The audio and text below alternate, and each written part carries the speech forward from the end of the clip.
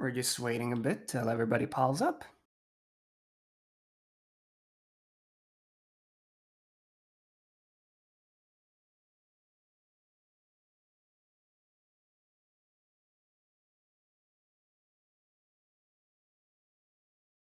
Alrighty.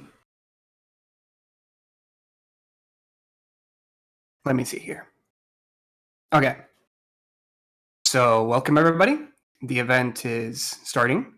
So, let me first introduce myself. My name is Pavle Vasiljevic, and today I'm from Serbia. And today I'll be talking about demo reels, its production, and more about them so you can use that knowledge in your future success. Demo reels are a huge part of the voiceover industry, and knowledge is power. So I'm here to bring the knowledge to you. If you have any questions you want to ask right off the bat, you can in the server event chat on the server. But apart from that, let me quickly say a bit about myself. So you already know my name. I am a voice actor and demo reel producer. Been doing it for about, let's say, 3 years. Yeah. And voice acting 1 year more than that.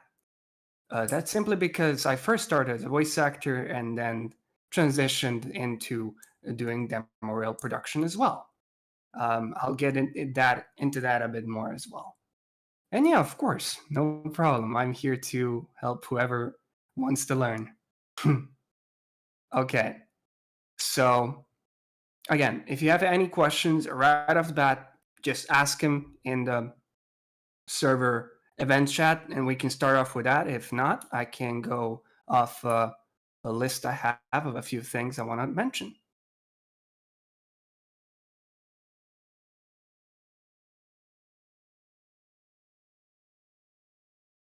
Okay, that's nice.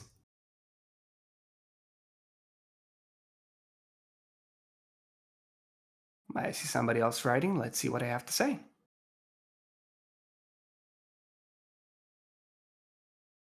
How can I determine what would be my best characters for a character reel?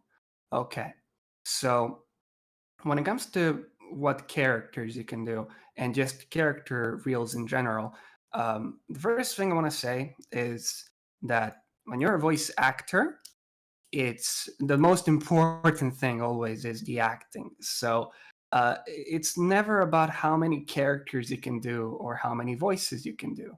It's more if you can deliver a quality product to your client that matters, of course.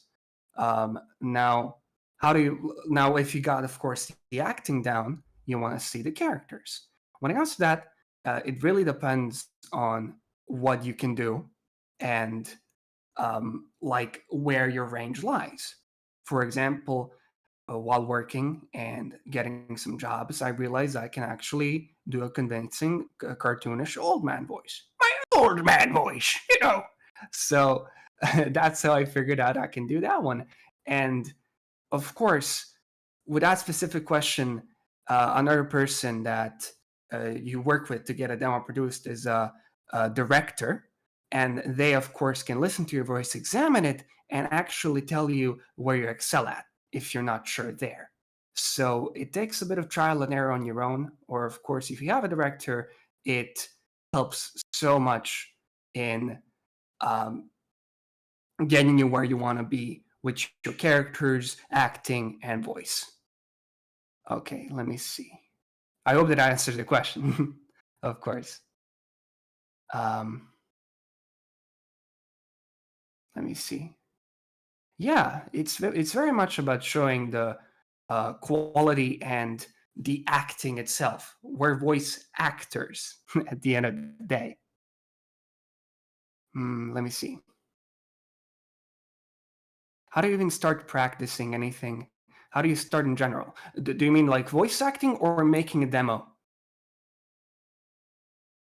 I'm a bit of both. Well, let me first talk about voice acting then, real quick.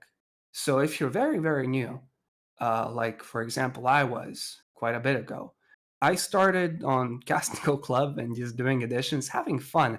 That's one of the most important things. Because why do it if you're not having fun?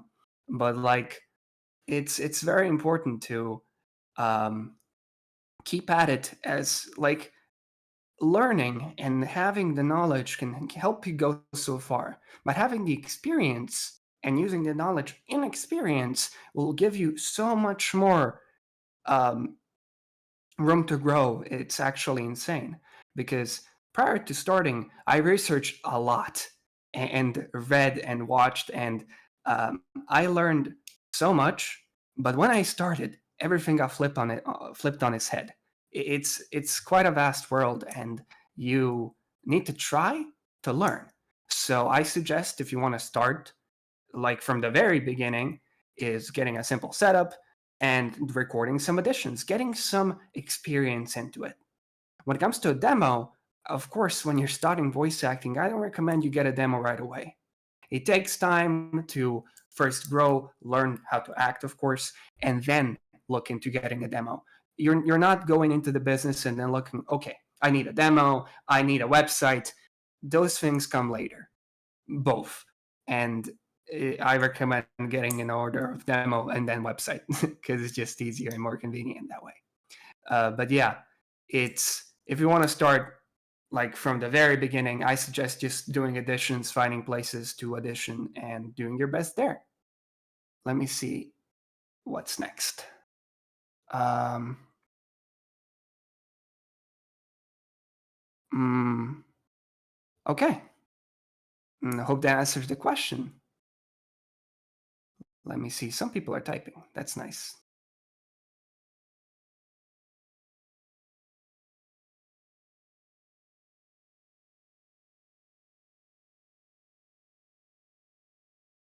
Is it necessary to have a site?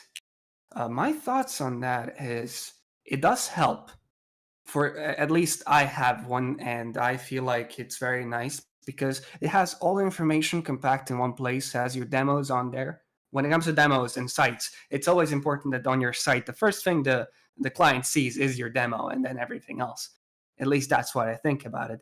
It is a very big help, and it's nice because when a client is interested in what I do, I simply copy paste the link to them and they can find everything they need for my resume, demos, information, contact in one secure place.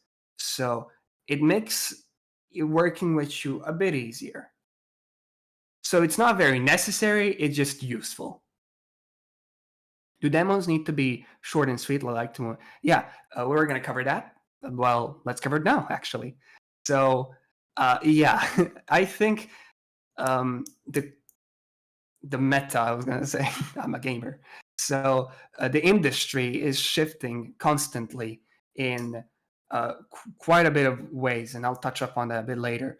So as to what's accepted, of course, one thing which is accepted everywhere is that the demo should be around 1 minute, and some die by that word saying, okay, 1 minute, not more than not less, it needs to be 1 minute. Some are more lenient, but the matter of the fact is, your demo will be listened to by a director and the casting team. And that's very important to note because they won't only be listening to your demo, they'll be listening to plenty demos. And that's important because um, they do, like, of course, every part of your demo is important, but they do not want to waste like 3 minutes to listen to a demo because that's too long. You need to keep it short and sweet and show whatever you can do in that amount of time because you want to uh, take up as little of their time as possible. So that's one of the major reasons why you want to keep your demos short. I don't recommend 2 minutes at all. I'm pretty lenient when it comes to producing demos, so I go for 1 minute to 1 minute 30 seconds, but it's 1 minute usually. And in that minute, let me build off of that. You have quite a few scenes that you want to hit. So a lot of people ask, like, hey, how many scenes should I have in my demo? How many this and that? So um, I think, for example, the most classic one for 1 minute is having six scenes because every scene takes about 10 seconds. So the classic is about six scenes of 10 seconds that show either your acting or voices or accents or anything that a demo can show. So that's the most simplest answer. But diving deeper into it, actually, um, the uh, it can shift. For example, a lot of clients want shorter sections, but more of them because they have a lot to showcase. So some have like 5 second scenes, but have 12 of them. And it all depends on what you're comfortable with and what you want to do. All I can say is the classic is six. You can go more if you want, if you have more time in your demo, if you make a longer one. But generally, six scenes for a 1 minute demo is the standard. Let me see. Um, okay, my question. Are there some go-to plugins that you like to use in a sidechain to get music/sound to mix nicely with voiceover? I don't know.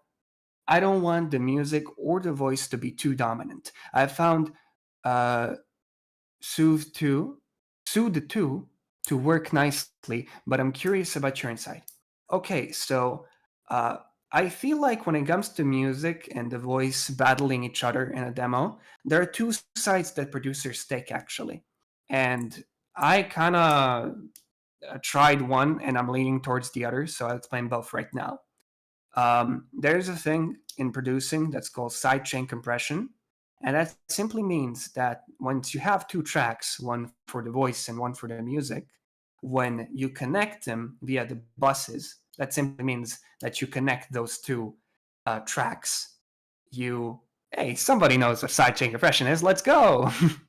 So you simply use a compressor. Yeah, of course. And it's very nice that, for example, um, well, how to explain this? You add two compressors, and the simplest way of working is that when your voice plays, the music gets quieter, of course, and it's very nice because that way you don't have to worry about music being too quiet when you're not speaking, but also when you are speaking, the music is not there trying to murder your voice. But even though it's a very nice tool, I kind of don't use it much because um, even though it helps quite a bit sometimes, every voice is different. So I like to go into the nitty bitty grits all on my own and do everything manually because it gives me a lot more control over certain areas. And I don't have to rely on the compressor itself to do that work. But I go in there, I take apart every single bit, and I make it so it's balanced because balancing is a very important part of the mastering when it comes to a demo. You never want to scare your client because of how loud the music was or how loud your voice was. So, of course. Um, Let me see. Mm, Suited 2 does a combo dynamic multiband compression. I have not used that plugin, at least for myself, but it sounds good. Hmm. I will look into it. That's for sure. Thank you for the recommendation. Yeah, my sidechain compression is very simple. And that is, I used to actually. For one, is simply a gate EQ and then compressor. But after that, sometimes I like to use RX plugins because they're very good for fixing broken audio. Yeah, yeah, RX is very goated. So, oh, actually, I'm not sure if it's on a deal right now because of Black Friday. I'm not sure how it works. I haven't checked it. So if it is, y'all can look into it because yeah, they do have some discounts. That's for sure. Oh, that's a very nice deal right there for $39. So yeah, RX is very a very good tool. It's not the only tool for fixing audio. but in mastering it can help a lot because um, sometimes when producing demos, I got clients which sometimes recorded in a faulty studio sometimes, or their setup was not up to par. So you can really use those tools to bring out the best in people's voices and best in the quality. Um, yeah, thank you, Mark, for noting that down for people. That's very nice. RX is pretty powerful. Yes, it is. Okay. So, if we're done through questions right now, you can, of course, write them down. And as I continue to talk, I'll look at them. But let me look at my list so far. So, I'm seeing what I'm covering. Okay, so here, from the very beginning, I was not sure like who was gonna enter and what sort of level of people are gonna come here. So I wrote a very simple thing, which is what is a demo reel. I'm pretty sure everybody here understands and knows what it is, but it's simply a 1 minute audio that you can send to your clients that shows your range so they can cast you in projects for characters and so on. It's very simple, but I still wanted to cover it. Let me see here. Oh yeah, here are a few notes of how I got into demo reel mixing, and it's pretty interesting because there's another question here that can kind of tie into it. And when I started voice acting, I started at a quite young age, so not a lot of liquid funds I can use for a demo reel. I bought myself a mic and started auditioning every single day for a lot. So with time, wanted a demo, of course. So I couldn't really hire somebody, so I wanted to produce my own. And my first demo was not that good, but everybody, of course, had to start somewhere. It was very cringe, to say the least. But I learned from it. And I recommend like people if they want to try to produce their demos, learn about it, know what to do, and try it because it's like I've met a few voice actors that that they're actually struggling to use an editing software like Audacity, and it was pretty funny to me because it's very nice to have the knowledge on how to mix audio because it streamlines your process of doing additions and sending them to clients, and it's quite a nice tool for what you want to do. And if you really want to succeed in the market, you want to be the best you can. So it's very nice to try and learn how to use the program, and that can actually benefit you because then you can probably make yourself a demo if you're not in a position to hire someone, for example. Let me see the questions. There are quite a few now. What age did you start, if you don't mind me? Oh, oof. I think I started at 17. So it was quite difficult to find projects because a lot of them were like, oh, you need to be 18 plus to audition. Not because they're not safe for work, because people usually want you to be an adult to audition. But yeah, that's when I started. Let me see. It's actually following French grammar rules, demo real meaning. Very real. That's cool. um, what? Okay, let me see. Even if you don't use production skills, it's important to understand the technical side of it. Yeah, it's very nice to have that knowledge of knowing what to do in making an addition, not even a demo reel. That's better than some people. I tried to get someone to download Aspect 2010, didn't happen. I see. I like sending slightly produced additions just to make it stand out a bit more. I'll turn into this question. Do you? Okay, so here's the thing about that. You of course need to see in where people say like the requirements for additions for a project. You need to look at if they allow some processing. Of course, everybody says don't do any effects, like for example reverb, because you'll immediately get disqualified from the addition. You never put effects, of course, in additions, but they do allow some slight mastering. What? I reverb all my auditions and don't book. That's a joke. Come on. Good, good. I was scared for a second. You heard it in my voice. Okay. So they allow for like very slight things, for example, an EQ or a gate, but nothing that alters your voice. So in my little FX chain, I of course have an EQ. Even my microphone, Caddy 100S, has a high pass filter. It's a form of EQ onto the mic. So, yeah, like for example, if I don't want the proximity effect to happen on a microphone, I can quickly turn that on, and it still counts as a bit of processing because the microphone does it itself, even though it's not in your digital audio workstation. So yeah, I do slight processing in that, uh, you know, way. Let me see. I'm turning 21 next month. Hey yo, that's nice. Happy early birthday. Hmm. Let me see. Uh, okay.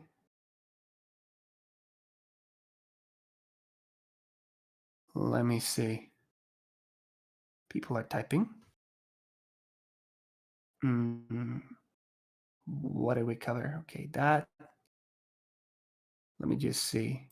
Do shy away from putting any roles into your demo reel that are meant to be processed in their end result. Ooh, let me see. So about that, I think I'm getting your question right. So do you mean like, is it okay to already put finished roles into a demo? Is that what you mean?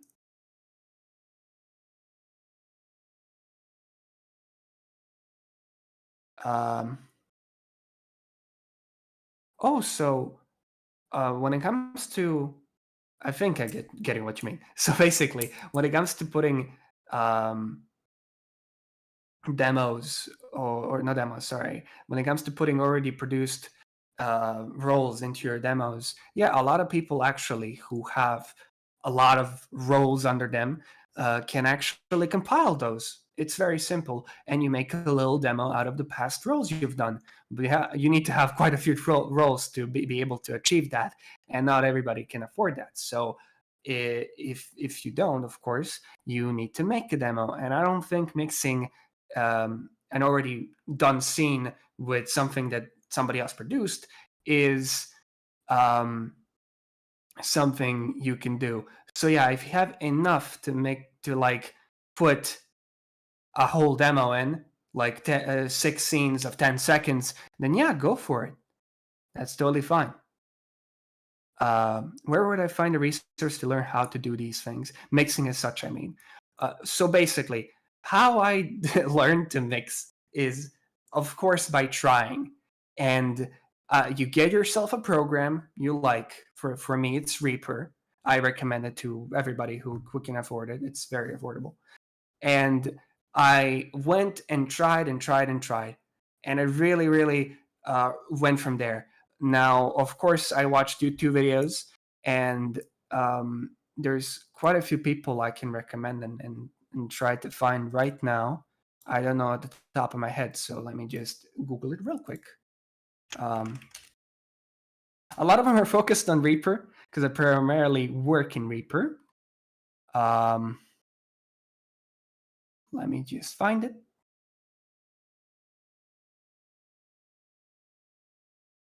But YouTube, of course, and Google is a very sound platform for, learning anything really, from mixing to everything. Um, I think it was this. Let me see here. Oh yeah, so it was Reaper Mania is the channel I learned a lot from. It was, oh yeah, and Boof Junkie, Mike Deladio. Yes. Boof Junkie or Mike Deladio is a very good YouTuber. I recommend his content. It actually helped me a lot. I can't believe I forgot to mention him. A fun fact, one of the microphones he uses is the same one I'm talking into right now. It's Caddy 100S, and I recommend it. It's very good. So yeah, him, and let me write this other one down that people can learn from. I can mostly recommend from Reaper. It's a bit different from whatever digital audio workstation you work in, be it Pro Tools, Ableton, or anything else really. But it's simply like every program you can learn, just a matter of time. I'm most accustomed to Reaper, getting into Pro Tools recently, but yeah, I recommend YouTube for starting and learning stuff. And of course, yeah, trying, doing, it's a very, very big aspect of succeeding. It's getting that experience down. Okay, we have quite a few questions here. Let me see.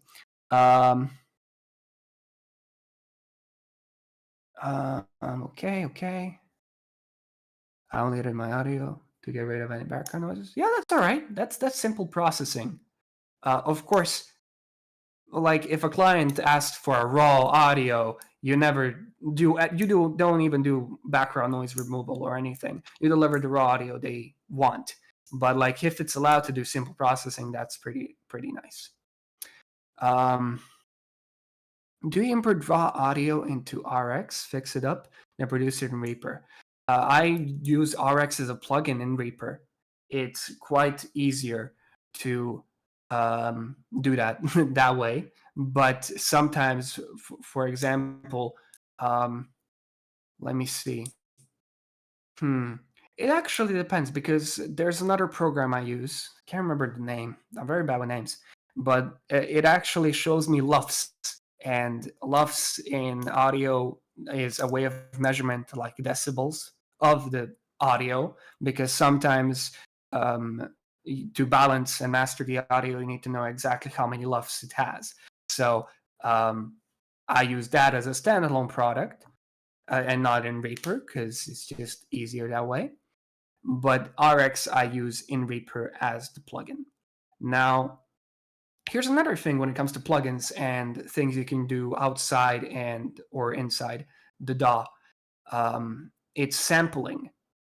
Like, I'm not sure how familiar you all are with sampling, sample rates and bit rates, but when processing and rendering audio, you interact with it every single time. So it's basically when you render the audio, how many samples it has, it's how many points it's going to render in the little wave. And the standard is 44.1K. That's the CD resolution of audio, and about 24-bit. Now, they're like when you produce the demo, though, you want it, of course, as high quality as possible. So you go to 48K or 96K sample rate audio. Of course, like using Audacity's Reapers or any other engine's sample rate is okay.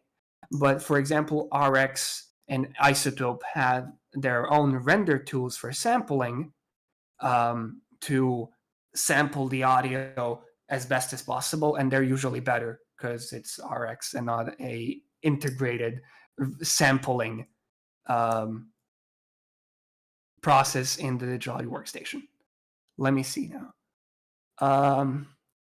You don't just show it in there. Click. Oh, you're Dr. Mark. Okay, sorry. Okay then. Let me see another point. Advice for people just starting voice acting, because I used to have fun with my voice, but I've been advised to go into voice acting a lot. What do you mean? I may be stupid. Do you wish for advice for people who are just starting? Oh, yeah. So, as I said before, very, very simple. And it's just simply doing, additioning, and additioning. Having fun in what you're doing and getting those additions out there and getting the experience. Because if you don't do that, it's what else are you doing? And I recommend, if you're like very early beginner, trying on Casting Code Club and some Twitter voice acting calls. Don't bother with pay to play sites, when you're starting out, of course. Some people have found very good success there, but if you're starting out, I don't recommend it for obvious reasons. Um, yeah, getting feedback along the way naturally as well, of course. And here's the thing about starting and getting feedback, and also to tie back into what I said before. Like I said before that when I produced my very first demo for myself, it didn't sound good whatsoever.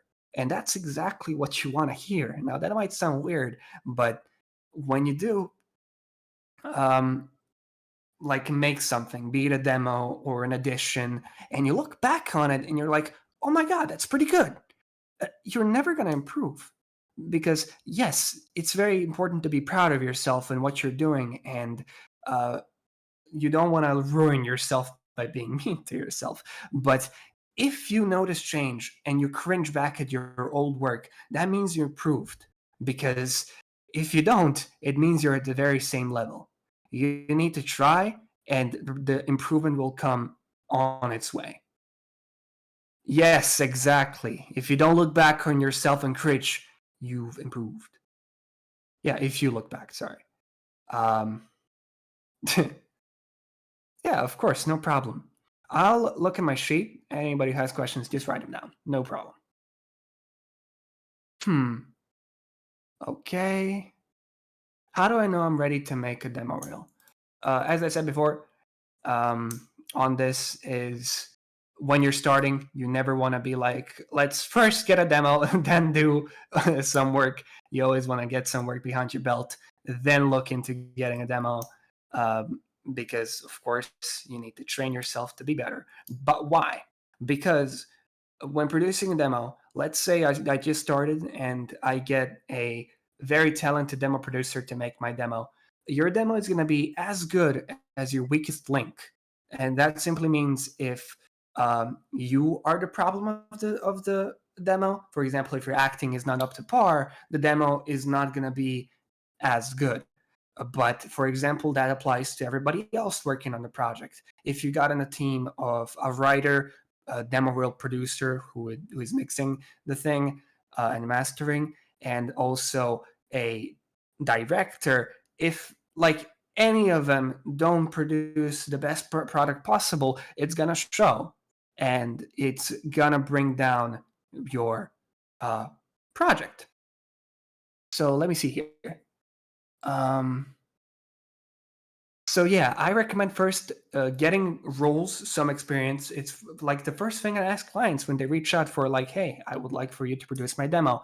I schedule a little call and interview with them to see where they are in their career right now. And it's like some people actually got pretty sad when they heard like some feedback saying they're not ready yet. And I don't think it's a thing to be sad about.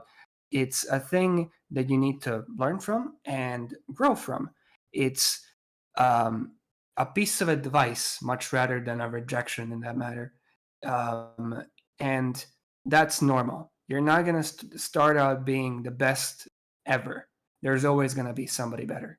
But you need to be proud of how far you've come, how whatever that might be. You get a cast for one role, pat yourself on the back. It's in this business, it's quite hard when it comes to rejection because you'll be rejected 95% of the time for the roles you audition. It's just how the business function. There's a one role and there's a lot of voice actors out there going for it. And just by the nature of things, a lot of times you're not gonna be the one cast. So getting accustomed to that is very, very good.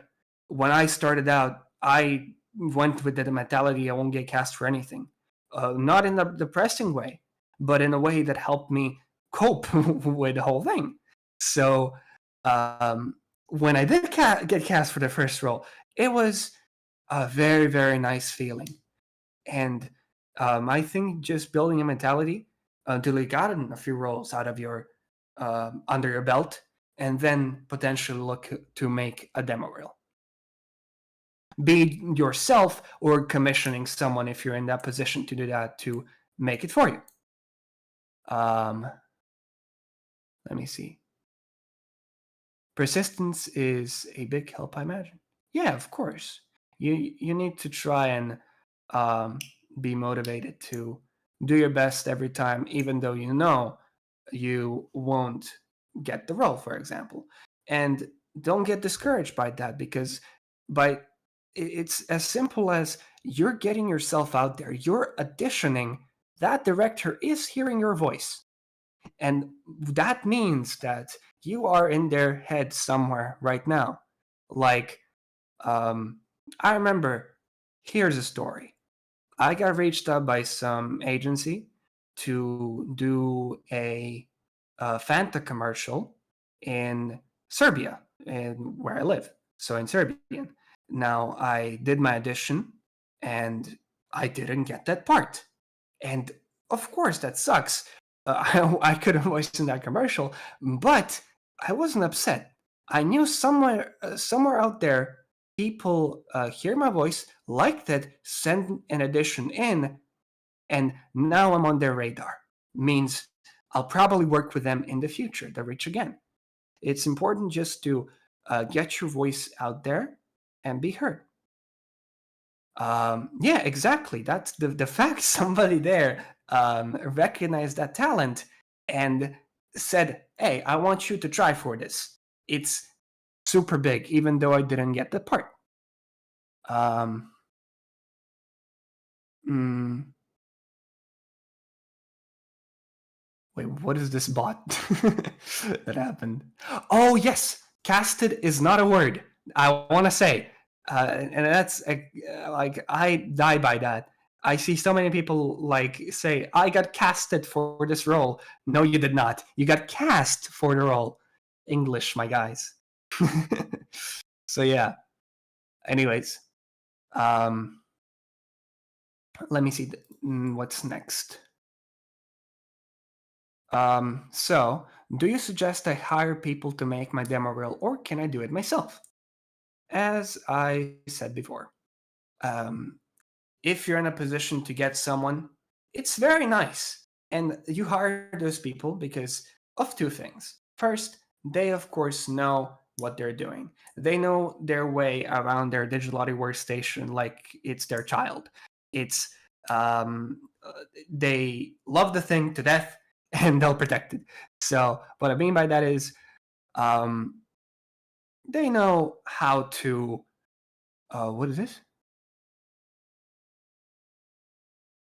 But is that 90% enough for a person to live comfortably? Like have voice acting as the main career? Oh, I missed that question. Sorry. Let me focus on that first. So, when it comes to that, there's two different businesses, and it's um, at least I like to divide it into. And there's quite a few subclasses, as I like to call them, but it's mostly looking at commercial voice acting and character voice acting. And character voice acting pays a lot less than commercial stuff. Like it's actually a lot more fun than commercial voice acting, but it pays a lot less.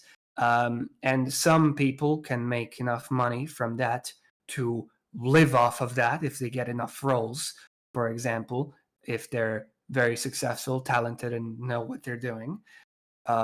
But like, if you're just starting out, of course, you're not gonna make a comfortable living off of voice acting as you are starting out.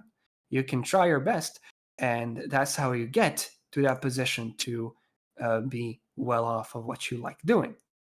Consider it when you start a hobby. You might bring in some money, but it won't be um, as profitable as getting a job somewhere straight out. But it's an investment for the future. Oh yeah. How do you get into commercials anyway?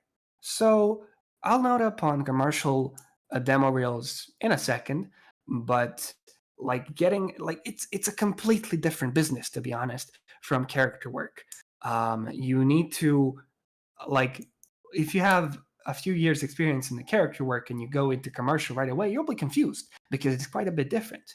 Uh, it's a set of skills you need to learn on how to read the script and how to voice in it to actually succeed there as well. having past experience, of course, help, but it doesn't guarantee your success. Now, um, it's from what I've noticed in commercials, a lot of it is agency tied as well, but that doesn't mean it needs to be like that. For example, um, I can't remember when was it. For example, CDOC VA. You probably know CDOC VA. He's a YouTuber and a voice actor. Made a YouTube video once where he tried like doing stuff on Fiverr, and he actually um, got a client there from Samsung on that website, and it was pretty funny because he didn't know actually that was Samsung. So he quite like yeah. Oh, you hired him for what? So yeah. Sorry, I'm coughing a bit. I say it was awesome and oh, nice, good, yes. Anyways, um, so yeah, and it doesn't need to be for agencies. Sometimes they can scout you out, but it's a set of skills you need to learn to succeed in that business as well. When it comes to Fiverr, I don't use it much myself, but it's a nice thing to have on the side when some clients find you. It's very nice. Um, let me see. Oh, a lot of people are typing while I'm speaking, so I get lost in the chat. um, should the types of voices I put in the reel be more specific or more general roles? Like, say I wanted to do sort of gritty biker voice, a regular business guy. Not sure where you joined, but I said this at the very, very beginning. So I said that for demo reels, it's always the talent and the acting that's quite more important than the specific voices you can do. You can try anything that you excel at. If you have something that you're very good at doing, I recommend trying it and seeing how it fits in the demo.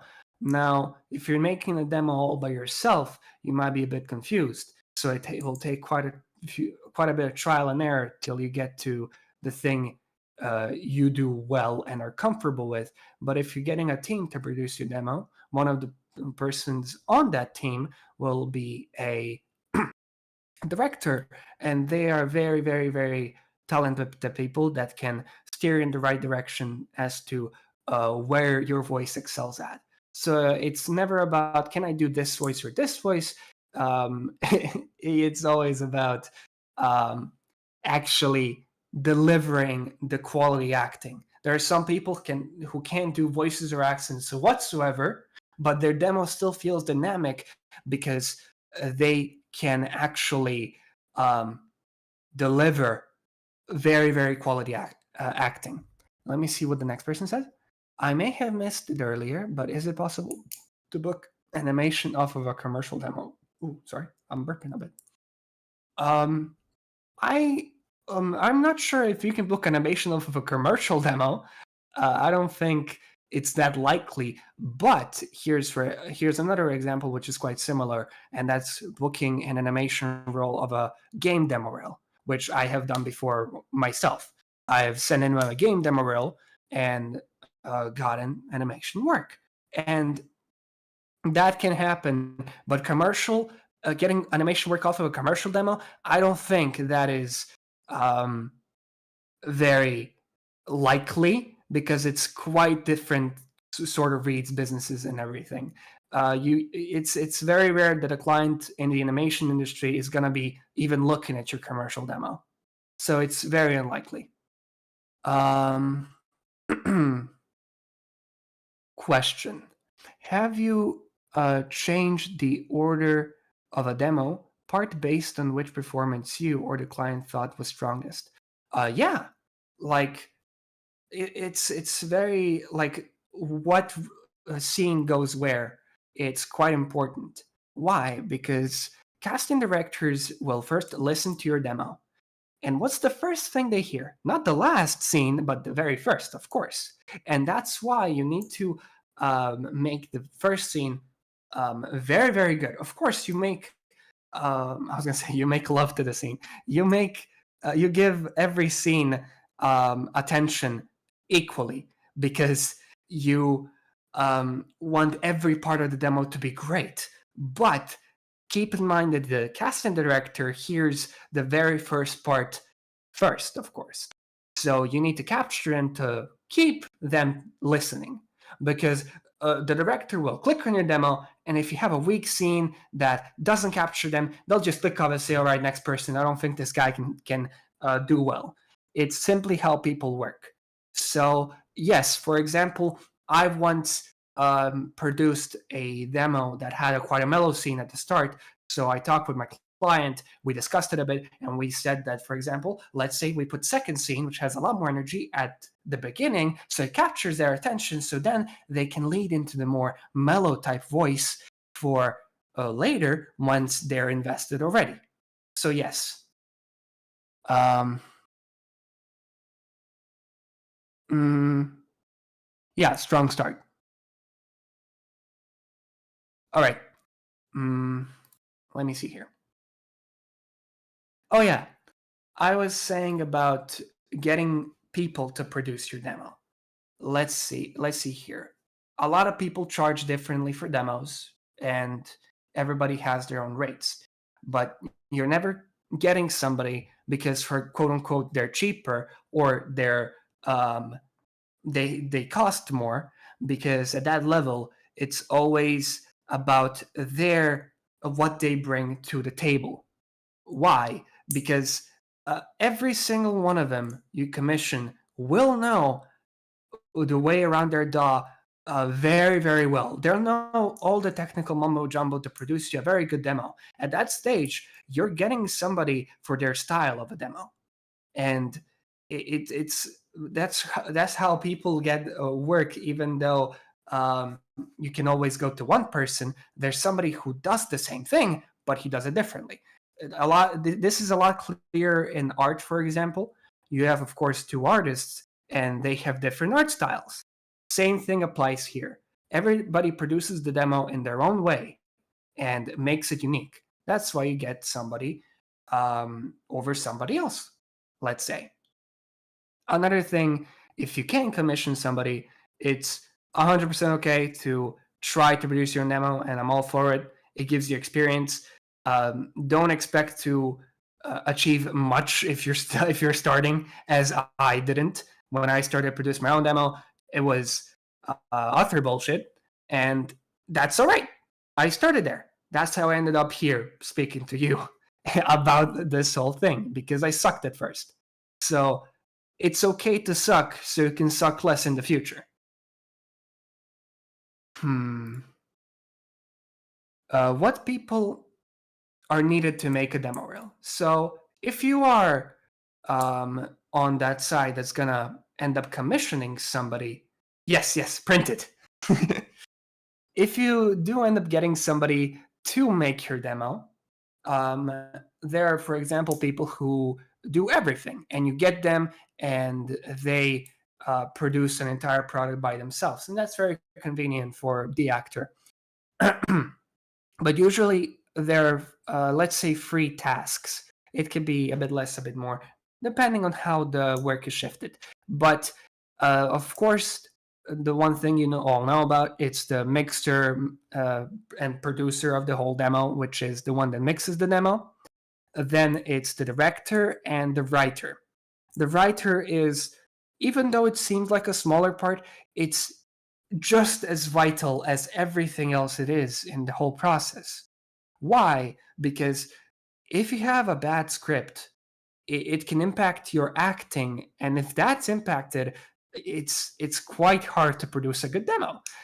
So having a very good script is very important. Same with the director, because say you have a good script and you get into the call with the director, you as an actor trusting them with your voice and the final product. If they underdeliver, it's gonna show like everything else. As I said before, your demo is as weak as your weakest link. So always try to get quality people to for each role to make your demo. So, um, as I said before, not every time you need to get a specific writer, a specific director, and specific mixer. Sometimes people offer more stuff. For example, I offer mixing, but also direction in my package as well, because at least I look at it this way. I am the one who's looking at your voice in depth for a long time. I can notice itty bitty mistakes everywhere. So it's very nice that if those mistakes happen, I can always call you back and say, let's redo this specific part so every part can be covered and the best demo can be produced. And it's very nice when that is the case. But of course, a talented producer can work around those little itty bitty mistakes, but it's always nice to fix them up. One mistake that is actually quite very hard to fix, and it's always nice to re-record if you see it. It's peaking. Never ever try to fix peaking in your audio because it's just gonna be a headache. Always re-record that part because that's much easier. If the clicks or stuff like that happen, like mouth noises, you can fix that easily. But if you peak, just redo it.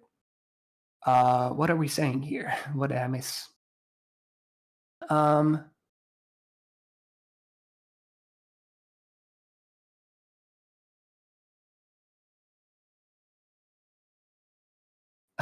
no, it's you never want to tell your client you were trash, um, because that's not nice.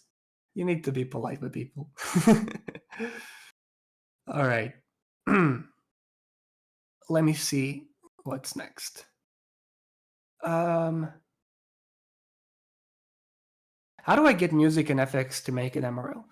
We're again shifting into that part of production where you don't get somebody, but you try to do it yourself. And like you have a lot of libraries online. Of course, get something royalty free. Let's get that out of the park. But now we're looking into the options. There are quite a few places you can go and get your music or sound effects. And I myself use Epidemic Sound for quite a bit of my music and FX. I find their library pretty expensive and nice, so I like it. But I don't limit myself only to them.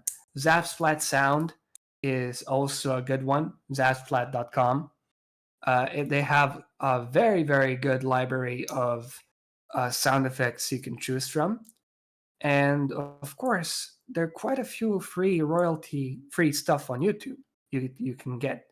One thing to note is that you always want to try and find the WAV file and not the MP3 file, because WAV has a lot more quality and you want your demo to be the highest quality possible, of course.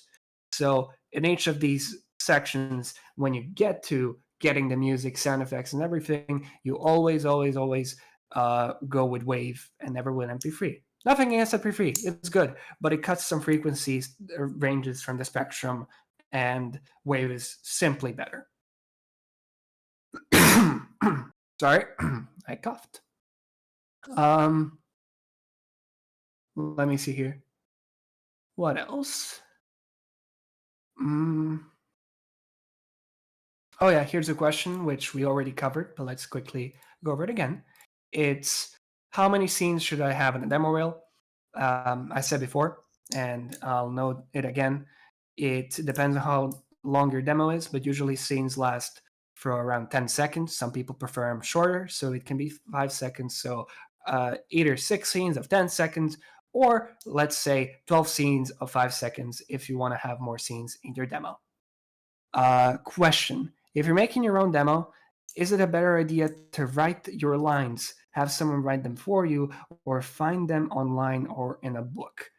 So, when it comes to writing for a demo, I am the least experienced in that department because I never wrote for my demos, but I can, from my experience, still try and answer a question. Um, I think that it's okay to write the lines yourself if you know how to write them. if you're confident in what you can write and what you think will suit you. If somebody else is writing them for you, they also need to understand your voice. That's why when I work with a writer, I still, even though they won't be doing anything with your voice, I still send them samples of their voice so they can hear what you can do with it. So they can, with their knowledge of how to write, which I don't have, that's why I don't write, they can make a good script. Now, when it comes to finding them online or in a book, I've attended Chuck Huber's and Jose Sandoval's class on demo reel production as well. And in that class, they actually taught a bit about writing. And that they actually gave us examples from books, TV shows, or similar to help us make our own script. So we got an inspiration from those. Some actually take lines from actual media, and I don't recommend it if it's too popular. Like you're never gonna. It's not professional if you're gonna be in your demo and say, "Luke, I am your father," because everybody knows that. So don't do that. But if you, for example, read some random book and you see a very good line, use that inspiration to make a good script, because it's okay to have like inspiration, but never blatantly copy something, especially if it's something mega popular that everybody will understand. Because when they do, they'll feel like they're listening to a cheap knockoff and not the actual thing. You need to understand that, and based off of those things, try to write yourself a script or get somebody to write it for you. Thank you for the question. Let me see here. Well, I'm glad you're loving the event. That's nice. Hmm. Somebody's writing. Let me see what I have to say. Hell yeah.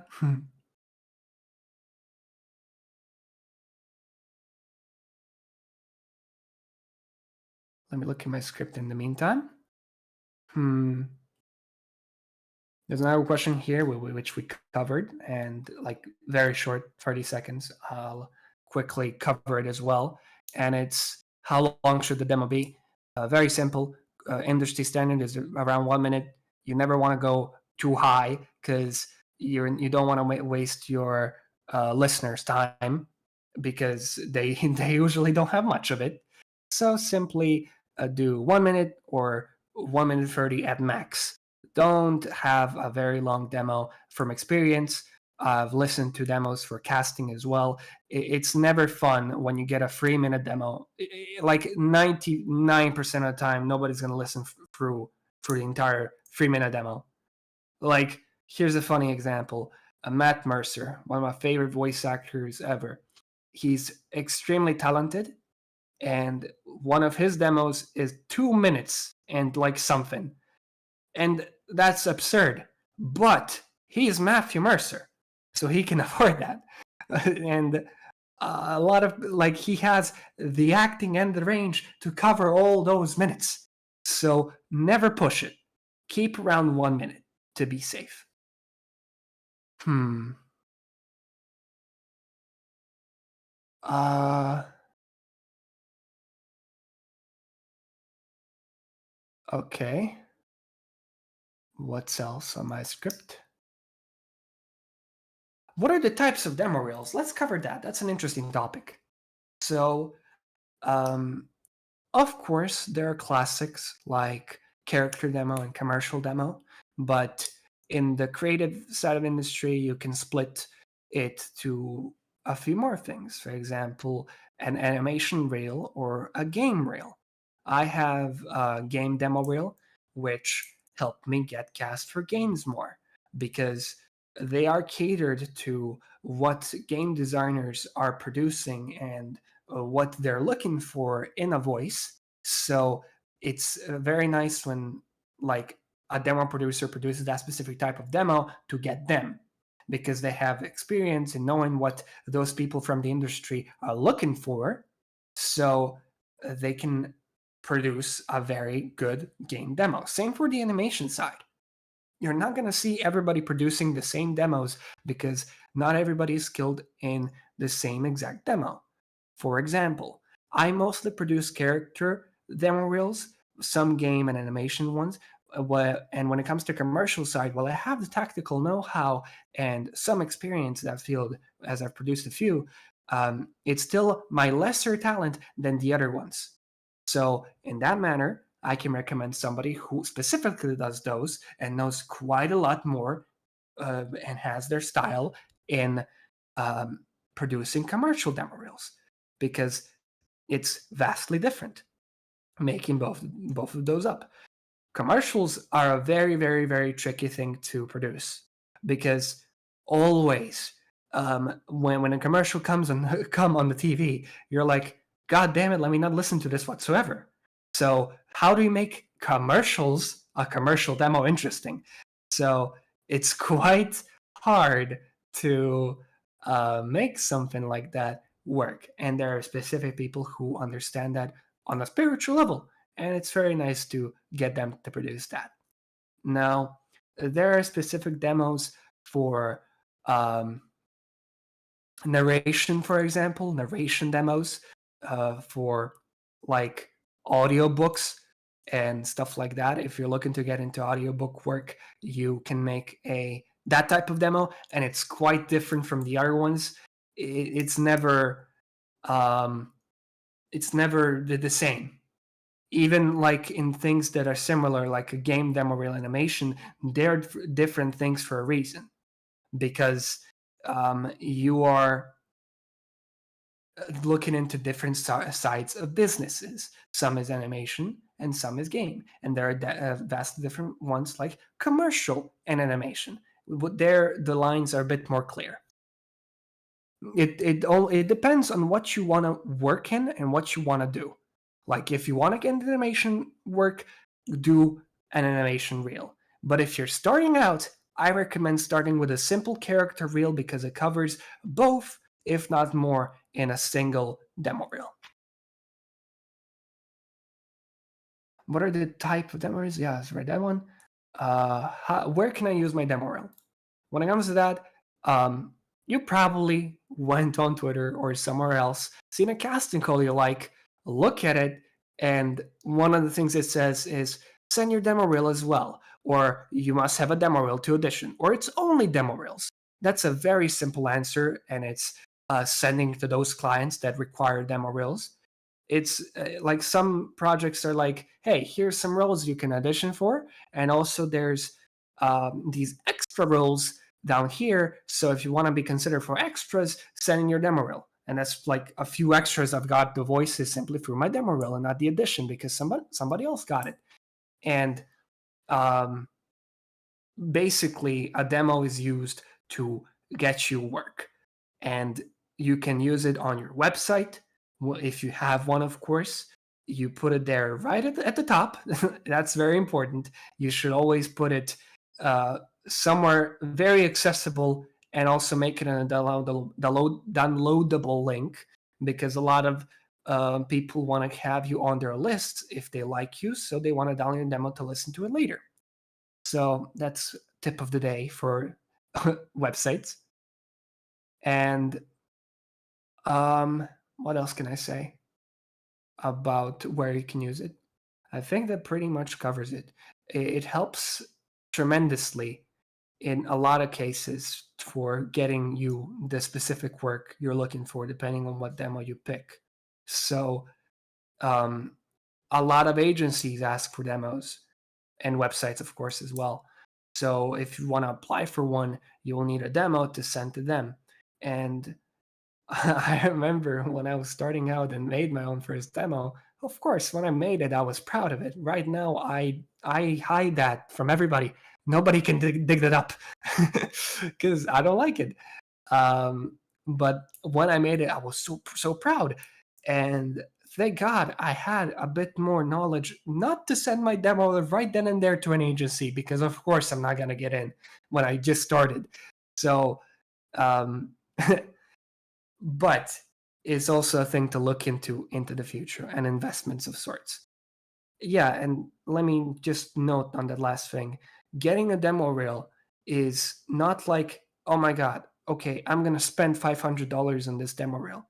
It's always, I'm gonna invest these $500 into a demo reel. Why? Because it's gonna help bring you work to gain that back, sort of say. It's an investment. Mm, let me see. What are we saying? I'd love to do game one day.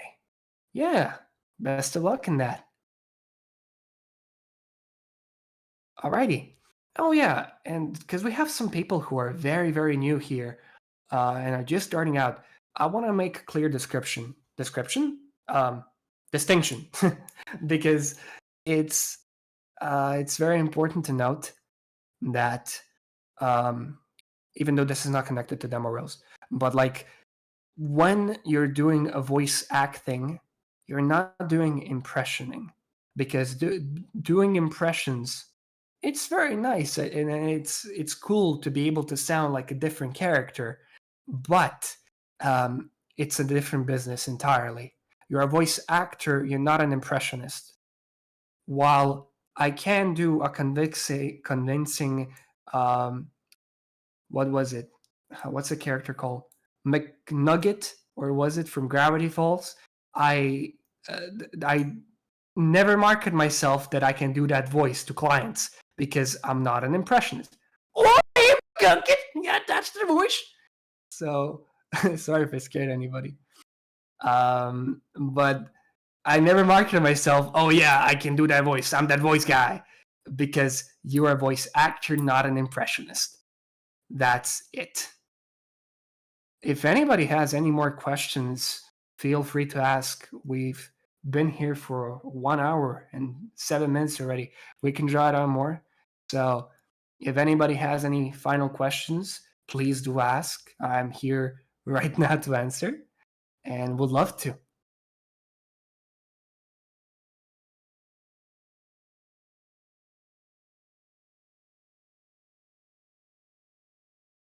Mhm.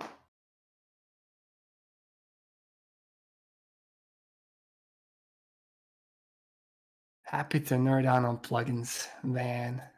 Let me open Reaper real quick to see what I'm working with. um, when it comes to plugins, one of the plugins you'll use a lot, it's an equalizer. It's one of the most useful tools that are very simple to use. An equalizer simply takes out specific frequencies or boosts them because that's what it does. And basically, you'll be mostly taking out frequencies. It depends. I sometimes use the classic Reaper one if I want to be very simple, but I recently started using a Ozone's EQ because it's very good. And when it comes to EQ, let me say that um, there's I can go on with this like for a day, literally, but I'll quickly clearly. I'll quickly cover what is high passing and low passing. And when you high pass in an EQ, you let high frequencies pass. And when you low pass, you let low frequencies pass. Let's, if we look at um, a general booth, let's say, and you live next to a busy road and you hear a car go by, that's an example of a low frequency. And in that environment, if that gets into your recording, you would high pass it because that cuts some of the lower frequency because you, of course, don't want it in your mix. And same goes for the high end. If something in that spectrum is problematic, you can, of course, take it out. Now, here's the deal. If your voice sounds muffled or has some problems there on the technical aspect, you boost some of the high end to help you make it sound more clear. And it's very, very easy to mess with the EQ for a long time, but it's very easy to mess it up as well. Because if you do, it will sound bad. So, um, yes, exactly. Thank you, Mark. You are a saint. So, um, an EQ, here's a very simple picture that Mark sent. It goes from this one goes from 10 to 40K. The human hearing goes from 20 to 20K hertz. But it's simply um, this is a visual example. You can move those blue bits called bands up and down to boost specific frequencies or lower them. And they're all labeled where they are on the frequency spectrum of these numbers.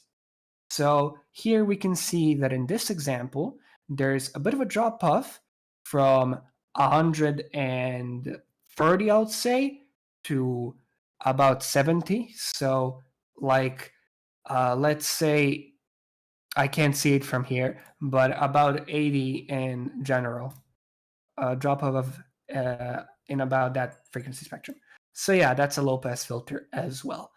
EQ, tremendously useful. I recommend anybody try and pick up one and try to use it because in every single track it's useful, especially when making a lot of sound effects. Let's say I made a scene where an explosion happens and somebody yells during it. In that scene, a lot of stuff is happening. And if you don't EQ it and let it be, everything will clash and be all on top of each other. You will be overwhelmed. EQ helps put everything in its respective place. I can take a bit of the higher end of the explosion or a bit of a lower end there, drop down this specific frequency that's stabbing my ears, make her voice boost a bit there, and make everything fit together so they're not clashing but working together to make the best scene possible. That's why you don't need fancy tools to that does the work for you. You can go manually with EQ and do quite a lot in any DAW, and it's very nice because it's not that hard to learn. EQ is one of the simplest tools you can um, get to master, and it's so helpful for what you learn. Um, Let me see what else when it comes to plugins. Of course, RX is very good. Um, H-verb or H-reverb is one excellent reverb I use, which I like, and it's simply a reverb. When you're making a scene and producing something, you want to look at your environment. Let's say not just a demo, let's say you're making a show, and two characters are standing in one room and talking. Let's say two different voice actors recorded their parts. They have two different microphones. Now, uh, if you just put those in a scene, it'll inherently sound different. So what you do is put a reverb over those two things and those voices and set them up the same. Now it sounds like those two people are in one room sharing one conversation. It makes it more real. Same applies to your demo. You need to look at your surroundings. If, let's say, an extreme example, I'm producing a scene where my character is crawling for a pipe. And of course, you'll need to make something there to um, make it sound like your character is in a pipe. You're working with audio and not only video, so it's quite difficult to make a product where you like the person like knows exactly what you had envisioned. So you use a lot of these effects to bring that scene to life. And reverb is one of the simplest tools again that is very good, and there are quite a few VST examples you can use. Like even the simple ones do their job if you know how to use them. Um, what else can I mention? Oh yeah, here is a simple thing when it comes to mixing and making your demo. Utilizing panning. Panning, if somebody is not familiar with it in your digital audio workstation, is making some things go from the left side of the ear to the right. If you're mixing with headphones, that's very easy to notice. So simply it'll go from the left side of the headphones to the right, or the right from the left. It depends on how you set it up. Panning is a very, very, very strong tool that can help transition scenes, for example. Here's one example I remember, and that is there was a fireball that somebody cast in scene 2. And I used that fireball to transition to scene 3, which had a door getting knocked in. So the character cast the fireball from the left side, it went from the right, and on the right side, I made the door kick in. So it visually makes you feel like you're in the space if you utilize it creatively enough. It can also make you um, feel like you're in the scene more. You can use it with voices, not just sound effects. Let's say the character you're playing is moving around another one, and you're looking or listening from the perspective of the character which is standing. You can make it so the other character, it feels like they're moving around the room a lot better than if they're not using panning. It's a very, very useful tool. And with anything really, you can be very, very creative and make something original. That's why, as I said before, you get specific demo reel producers for your demo, because each and every one of them has their own styles, their own plugins, their own little ways of how they utilize all these little things to make a unique product. Hmm. Let me see here. Oh yeah, and one more thing. Very simple. Once you're finished with the product, you apply a master limiter and balance it all with that in mind. And it's simply there to make the demo not too quiet, but still not peaking. I've never really got in that in depth, but is there some sort of keyframe feature um, to time events like 360 panning in a DAW? I don't like personally. I'm not really sure and certain on this, but I'm not really sure if it has integrated any DAW. But standalone features, there are plenty for that, I believe, and you can find some, get them, and use them in your DAW as a VST plugin. But as just a plugin feature, I'm not certain if it has that. What kind of software would you recommend putting your demo reel into video form? Okay, so this is kind of leaning outside of my expertise here, as when it comes to video and making that final product, I always direct people towards somebody who deals with that, as video is quite a different format from audio, but a simplest one. Oh yeah, this one costs. I was gonna say Premiere Pro, but like I'm like any video program, editing program can be used for this. It doesn't really matter as long as you put it together, I guess. This is why I tell people to go to somebody else for video, as it's really not my expertise here. Yeah, if that one is free, you can use that one. Sorry. Um, Sorry I came in late, but if I were to turn around and make the demo reel tonight, would you recommend? What would you recommend on how to handle that process? Um, I say first is get a cohesive script and make it good, because as I said before, every single part of the demo needs to be good, so the final product is good. So many times it has happened that somebody puts out a demo and everybody blames the mixer because people think it's their doing, that something is missing, while it can be very well the direction, acting, and or the script. So I say when you want to, if you want to try it yourself and first starting, work on the script as much as possible, perfect it, and once you do have those scenes ready, you then will move to the recording. If you can get somebody to get and direct you, that's a huge plus.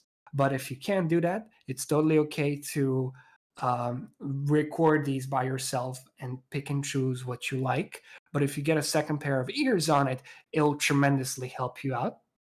And finally, you're getting to the mixing part, which the sum is the most confusing because you're working in a program and it's not, it's the longest part of the whole process. And it's basically um, putting those things together. First, mixing, which means getting the sound effects, music, putting it together, and then mastering, getting all the effects, balancing it, and making it all fit together. When it comes to audio, I can make a comparison. Let's say you're animating something and you have a few characters in the background. You want to make the characters stand out from the background, and you never want the background to be too saturated so it draws attention from what you want to look at. You never want your client to be like, huh, why did they use that sound effect specifically? And that has happened sometimes with a few people that I listened to the demo. Um, you want the client to focus on your voice and on your acting because that's the thing they're hiring you for. Still, it's quite a hard line to balance on because you want everything to be good and everything to be noticed, but never go overkill. Sometimes, like people, when they make demos, are like, okay, every single scene needs to have a sound effect in it. And sometimes that's not simply true. I've made demos that, like, one scene has 27 sound effects, another has a whole three because it's that type of scene. To each scene, you need to focus on it individually, see what it has and what it benefits from, and then mix it. So I hope that helps answer the question. Hmm.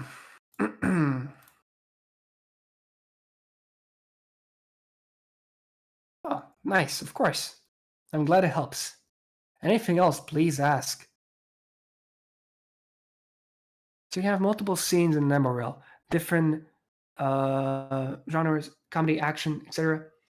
And in transitions come down to yeah, you can have different sort of styles of scenes, and it's very nice because different styles of scenes shows your range.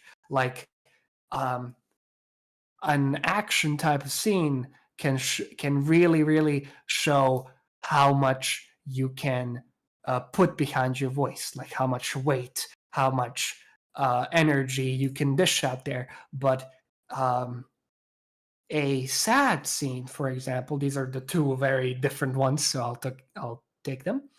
Are um, is gonna be able to show your emotion a bit more in there for that aspect. So it's very nice to have varied genres between scenes because if it's all the same, it's gonna be stale, and the client is gonna listen for your demo and then snap out of reality and say like, wait, what did I listen to? And then they try to listen to it again, and again the same thing happens. You need to keep them entertained, interested, and make it interesting, because and catchy.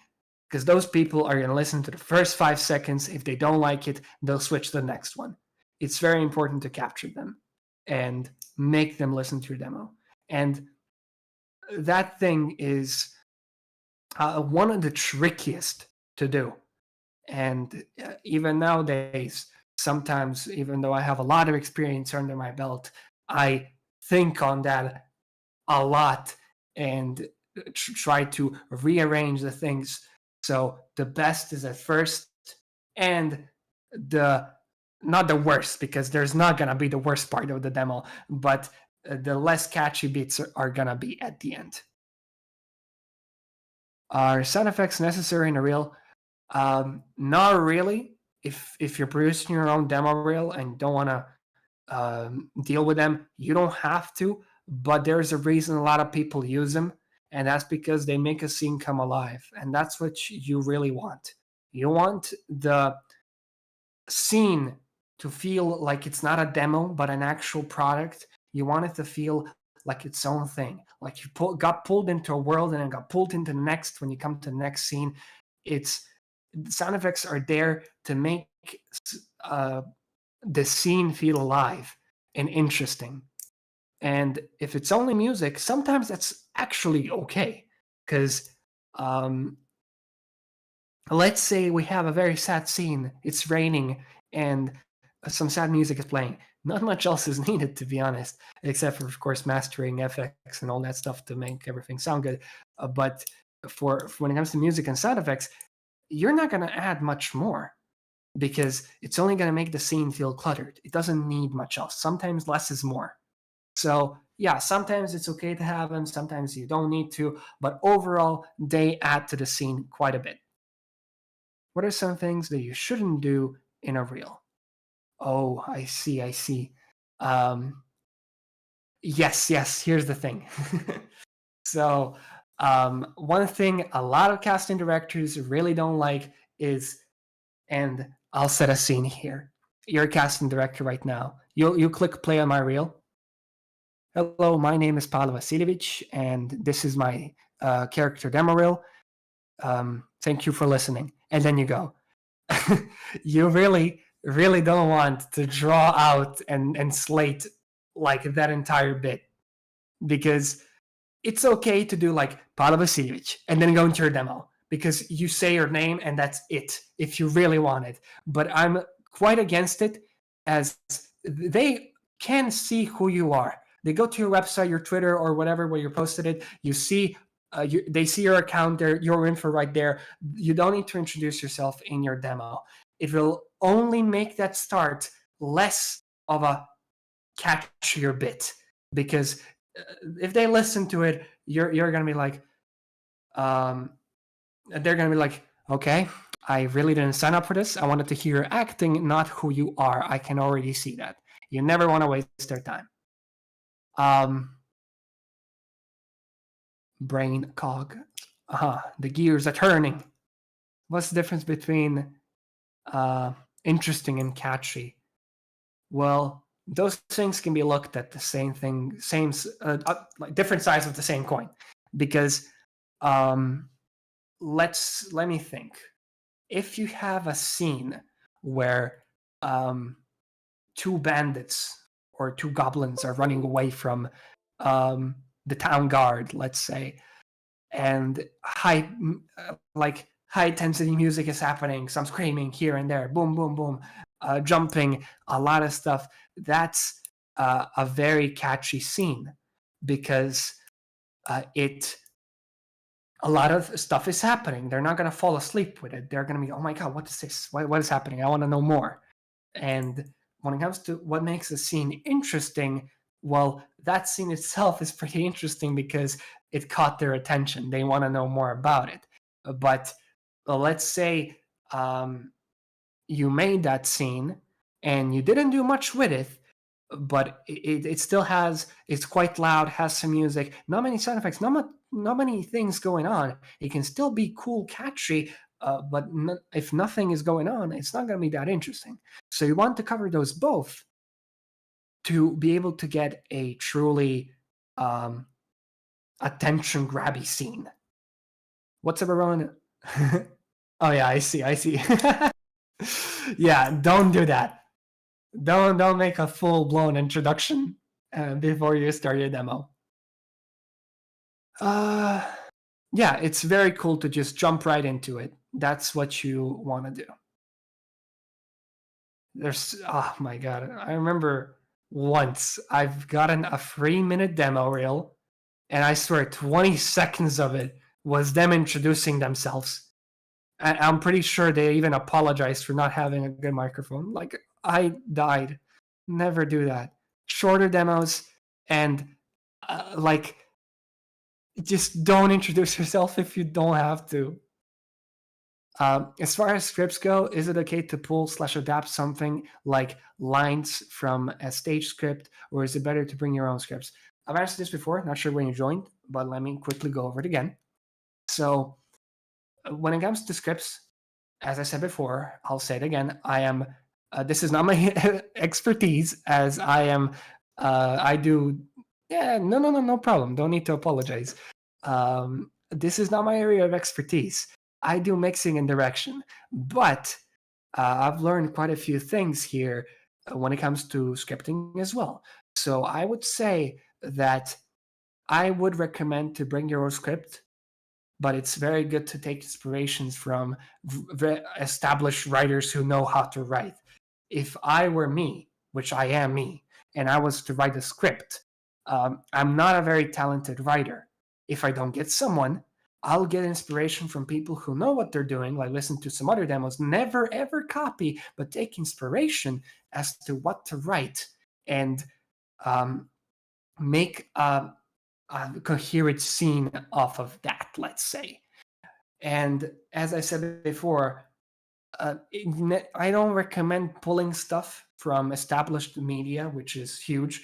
Because my example before was, don't write a script where you say, Luke, I'm your father, or similar, because of course people are gonna know what that is, and are gonna be like, why did he do that? It's gonna be like very distracting, and you never want to make him feel like they're not watching your scene, but they're watching somebody else that you copied.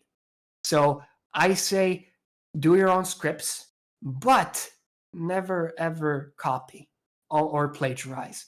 Only take inspiration.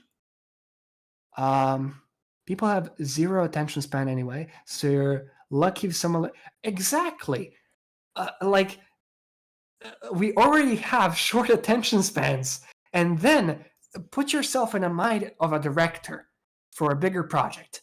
You're getting 200 plus people sending their auditions and demos on the side.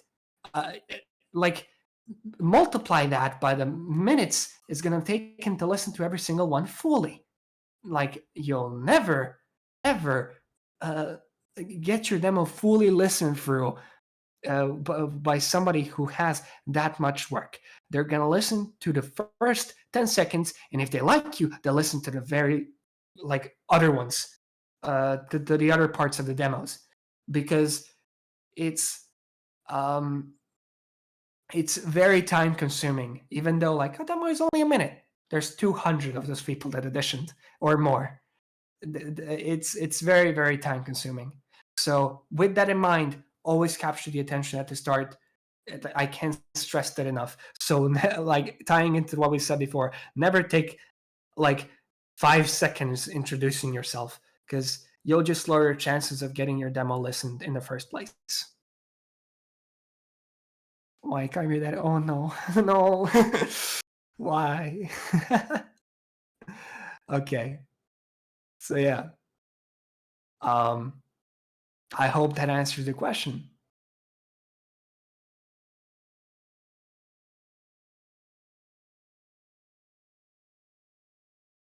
Landon, I'm your uncle. So true, so true. So yeah, anyone has any more questions, or are we goody?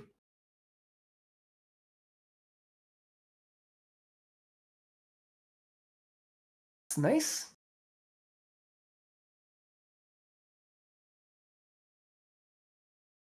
Phoebe here, you have to say anything for yourself?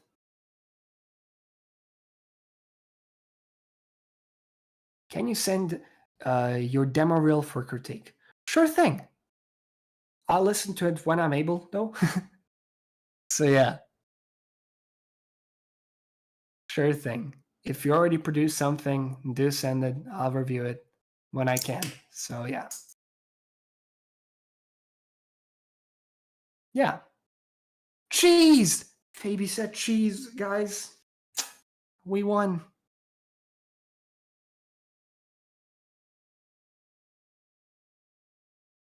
Mac and cheese, so true. Cheese, pog. Is having other voices on the demo okay? Like other people's. Oh yeah, that's a tricky subject though. I think like it's okay, just not too much, of course. Maybe a small voice in a scene, let's say, if you really want him. But I like it's very rare to hear that, and if used incorrectly, it can confuse the people listening to the demo. Like I've once listened to a demo that used other people's voices. It was a very, very good demo, but I still like got confused for a second. Like, hey, was that their voice? Because there's some extremely talented people that have like huge ranges that can actually hit those and can name. It can sound like a totally different person. So making it clear is important. And if you blur that line, imagine a client reaching to you saying, okay, that voice in the middle, that was actually very good from you. I want that. And then you're like looking at them, actually, that was somebody else. So yeah, I think it's okay. And if used correctly, can be very good because it makes the scene feel more alive. But it can be quite difficult because um, if you do it the wrong way, it can take people out of the immersion and try and maybe think something that's wrong, quote unquote. So yeah, that's my take on having different voices. Okay, what are we saying? Oh no, oh, you gotta go. Oh my god, dude, it's 30 past midnight here. So yeah, take care and good night.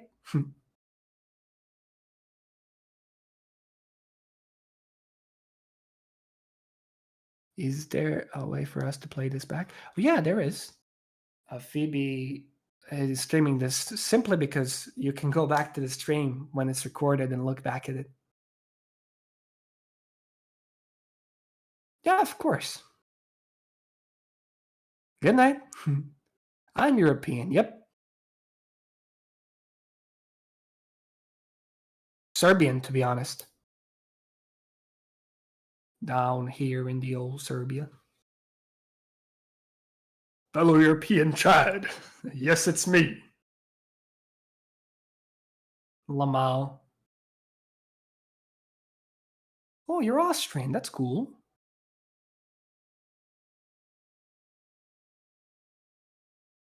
Hell yeah, cool. There's a lot of people from different places here.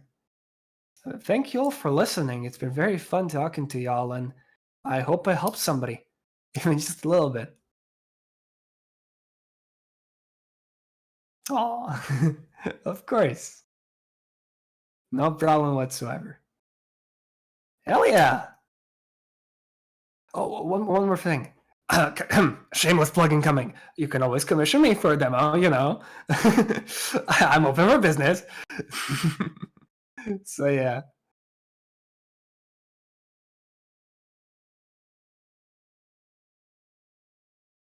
gotta get that out there. True. On that grind set for real, no cap.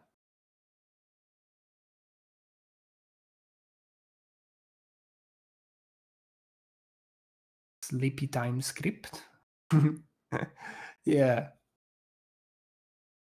It's very nice to be motivated to work, but sleep is very important. And I know I'm very ironic when I say that because yesterday I went to sleep at 3 a.m. Yep. I am very responsible.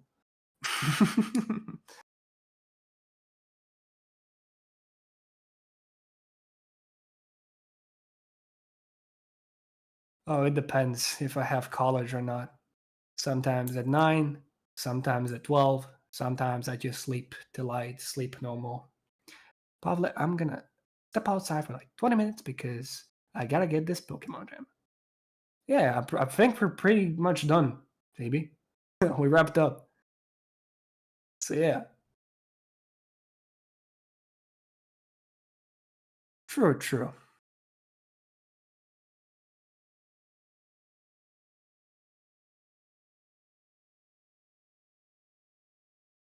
Alrighty.